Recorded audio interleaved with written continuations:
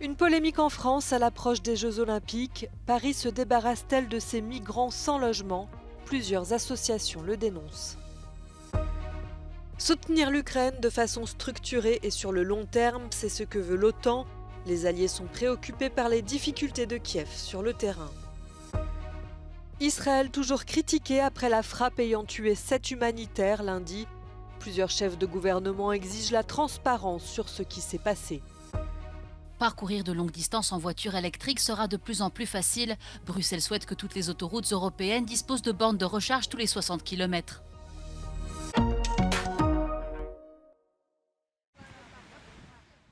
La France se débarrasse-t-elle de ces migrants à Paris à l'approche des Jeux Olympiques? C'est ce que dénoncent plusieurs associations. Mercredi, environ 50 personnes ont été déplacées du parvis de l'hôtel de ville de la capitale. Parmi elles, des familles avec de jeunes enfants de 3 à 10 ans. C'est des familles, c'est des mineurs, c'est nos patients, c'est des gens avec qui on essaye d'être solidaires. Et là, au nom des Jeux Olympiques, tout ce qu'on leur propose, c'est de partir loin de Paris, à Besançon ou à Marseille. La plupart de ces migrants viennent du Sénégal, de Côte d'Ivoire, du Burkina Faso ou de Guinée. Ils ont dû quitter la région parisienne. Donc, ces propositions ne sont pas adaptées. Il y a des places à Paris. Par contre, ils font place nette pour les Jeux Olympiques. Donc en fait, c'est ni plus ni moins du nettoyage social et de l'invisibilisation par la région. Les personnes évacuées sont parties pour Besançon où elles auront un hébergement temporaire. Ils ont dit qu'on doit aller à la Provence, mais c'est mieux plus que pour rester à dehors avec les enfants. Comme ça, c'est pas vite. C'est fatigant quand même. Il y a quelques jours, la ministre des Jeux Olympiques démentait tout nettoyage social en vue des JO. Ces opérations ont lieu régulièrement, insiste Amélie Oudéa-Castéra, dans le cadre d'une politique de gestion des migrants, avec des décisions similaires prises chaque semaine dans le pays. Une photo de famille pour célébrer les 75 ans de l'OTAN. Les ministres des Affaires étrangères de l'organisation militaire sont réunis à Bruxelles pour 2 jours, avec l'Ukraine au cœur de leurs préoccupations, alors que la Russie gagne doucement du terrain. We are now in the process of developing a more robust and enduring institutionalized framework for support to Ukraine. There are different ways of ensuring that our support is less dependent on voluntary short-term offers and more on long-term NATO commitments, and that we have a stronger organization that creates a more robust framework for our support. Pendant que l'OTAN discute d'un plan structurel d'aide à Kiev, le président du Conseil européen est en Roumanie. Charles Michel doit rencontrer d'autres dirigeants européens à Bucarest. Avec le président roumain, ils ont rappelé que soutenir l'Ukraine restait l'une des priorités de l'Union européenne. La brutalité de l'invasion de l'Ukraine par la Russie est apparue au grand jour après la libération de Boutcha et d'Irpin. Euronews s'est rendu sur place pour rencontrer les habitants 2 ans après le départ des forces russes. Les vestiges bombardés de l'hôpital et du centre culturel de Boutcha sont un rappel quotidien des combats. L'ancienne adjointe au maire de la ville de l'époque se souvient, elle devait aider les familles à identifier et à enterrer les victimes. The scale of massacre we saw only after, when we started to collect killed people and exhumation everywhere, because people didn't have the possibility to bury their beloved ones in a regular way on the cemeteries. They were burying them in the yards, in the squares, in our beautiful parks, and that was very shocking. And especially it was very hard to identify killed people, and negotiations with relatives, with families. The most awful was to negotiate with moms. What do you mean? To bury killed person, you need to identify it personally, and somebody have to help mom to get the killed kid, and that's the most awful experience in my life. L'armée russe s'est emparée de Boutcha et d'Irpin dans l'objectif de prendre Kiev. Les forces ukrainiennes ont alors détruit le pont qui enjambe la rivière Irpin, repoussant ainsi l'avancée des soldats russes vers la capitale de l'Ukraine. managed to do that. That was direct execution.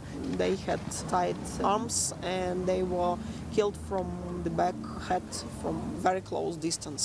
On that crosses, we saw at least 12 killed people when Bucha was liberated. Russians didn't allow to bury killed civilians to frighten those who stayed. We never saw that before on the territory of Ukraine during Donbass and Crimean period of war.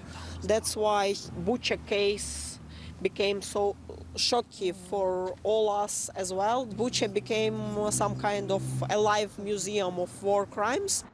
Le traumatisme de ces crimes, viols, exécutions, meurtres d'environ 500 personnes hantent toujours les Ukrainiens. Certains sont tout de même revenus pour reconstruire leur vie. Dans l'immédiat, les habitants de ces villes martyrs appellent la communauté internationale à ne pas les abandonner alors que la guerre entre dans sa 3e année.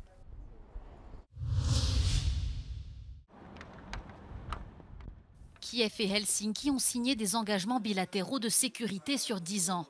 La Finlande est le 8e pays à signer un accord de ce type avec l'Ukraine.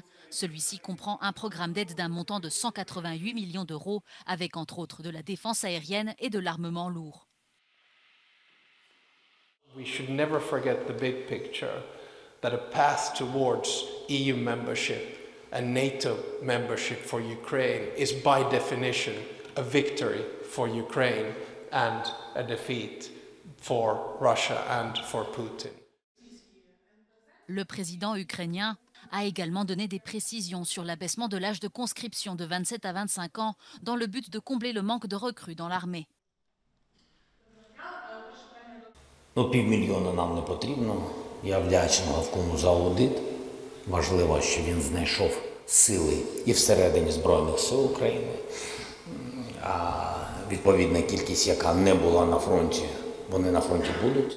Avec ce nouvel accord, la Finlande s'engage à fournir au moins 2 paquets d'aide supplémentaires à l'Ukraine cette année. Le président finlandais a également précisé qu'il n'envisageait pas d'envoyer des troupes en Ukraine.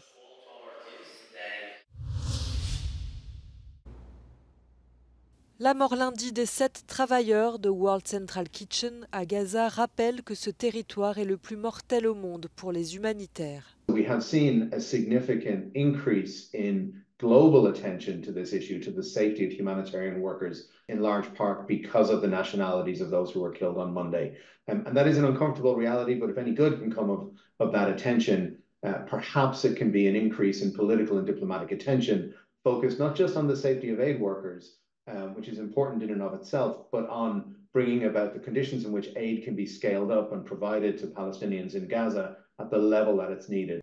Selon l'ONG International Rescue Committee, près de 200 travailleurs humanitaires et 350 soignants ont été tués à Gaza. La porte-parole de la Maison-Blanche a fait savoir que Joe Biden était indigné et avait le cœur brisé. Le Premier ministre espagnol Pedro Sánchez est beaucoup plus virulent puisqu'il demande, depuis Doha, des explications claires sur ce qu'il s'est passé. Les déclarations des autorités israéliennes sont insuffisantes et inacceptables, juge-t-il. Son homologue qatari appelle la communauté internationale à s'assurer que les responsables rendent des comptes. En Israël, le Premier ministre Benjamin Netanyahou est de plus en plus critiqué. Benny Gantz, membre du cabinet de guerre, lui demande d'accepter des élections cette année.